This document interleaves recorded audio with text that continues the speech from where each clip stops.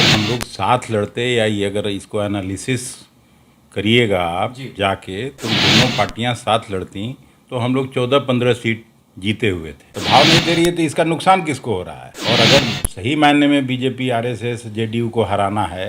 नमस्कार, आप देख रहे हैं लाइव सिटीज। मैं हूं आपके साथ सौरभ राज। एमएलसी चुनाव के परिणाम के बाद कांग्रेस भी काफी खुश नजर आ रही है, क्योंकि कांग्रेस के एक उम्मीदवार जीत गए और एक समर्थित उम्मीदवार भी जीते। मेरे साथ कांग्रेस के वरिष्ठ नेता और राज्यसभा सांसद अखिलेश प्रसाद सिंह हैं।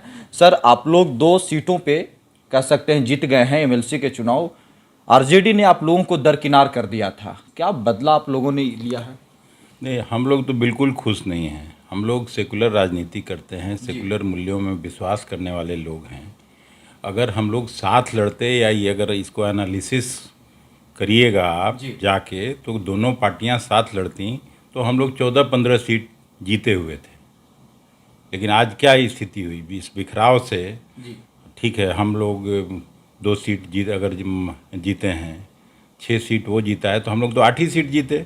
बाकी 16 सीट तो हम लोगों के खिलाफ गया, जो नहीं हो सकता। हम लोगों का मेजॉरिटी हो सकता था। मैं तो इसे दुर्भाग्यपूर्ण मानता हूँ इस बिखराव को। देखिए, पहले उपचुनाव जो 2 सीटों पे हुए वहाँ पे भी आप लोग दोनों अलग अलग लड़े, उसका भी रिजल्ट सबके सामने है। एमएलसी में भी अलग अलग हुए। क्या अब आपको लगता है कि कांग्रेस अपने दम पे सक्षम है बिहार में चुनाव लड़ने के लिए? सर देखिए, कांग्रेस पार्टी की प्राथमिकता बीजेपी आरएसएस को हराना है। अपने दम पर चुनाव लड़ने में कहाँ दिक्कत है? राष्ट्रीय पार्टी है, आज़ादी के आंदोलन का पार्टी है, तो इसको किसी के लिए मोहताज नहीं है। लेकिन हम लोगों की प्रतिबद्धता है आरएसएस और बीजेपी को हराना। इसलिए हम लोग राज्यों में चाहते हैं कि नहीं, जो भी सेकुलर पार्टीज है सब मिलजुल के इसको हराए। मकसद तो वो है। अकेले लड़ने से क्या होगा? अकेले आप लोग को भाव नहीं दे रही है? सर, तो भाव नहीं दे रही है तो इसका नुकसान किसको हो रहा है और इसका फायदा किसको हो रहा है? ये तो सोचना चाहिए। जो भी जिम्मेवार लोग हैं, चाहे आरजेडी के या कांग्रेस के, उनको जरूर पुनर्मूल्यांकन करना चाहिए। कभी भी ओवर एस्टिमेट नहीं करना चाहिए। स्थिति की सही समीक्षा होनी चाहिए। और अगर सही मायने में बीजेपी आरएसएस जेडीयू को हराना है तो निश्चित रूप से हम लोगों को साथ चुनाव लड़ना चाहिए। कहा जा रहा था कि कांग्रेस की अब कुछ बची नहीं है, जनाधार कुछ है नहीं, लेकिन आप लोगों का जो परिणाम रहा, 2 जगह पे जीते, 1-2 जगह पे सेकंड पोजीशन पे भी आप लोग रहे, क्या इससे आप लोगों का आत्मविश्वास और बढ़ेगा? सर देखिए, अगर सही में कहिए तो सब लोग अलग अलग कुनबों में जो हैं कांग्रेस के, एक साथ सोच विचार के चुनाव लड़ें तो हम लोगों की आज भी स्थिति अच्छी है।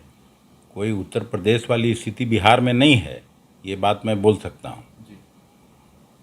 लेकिन सब चीज़ के बावजूद हम लोग चाहते हैं कि बीजेपी आरएसएस उसका संगठन मजबूत है, उसको हराने के लिए लेफ्ट को, आरजेडी को, कांग्रेस को और समान विचारधारा की पार्टियों को एक साथ रहना चाहिए। एक छोटा सा सवाल यह है कि लालू यादव से भी आपके काफ़ी अच्छे संबंध रहे हैं, अभी भी हैं।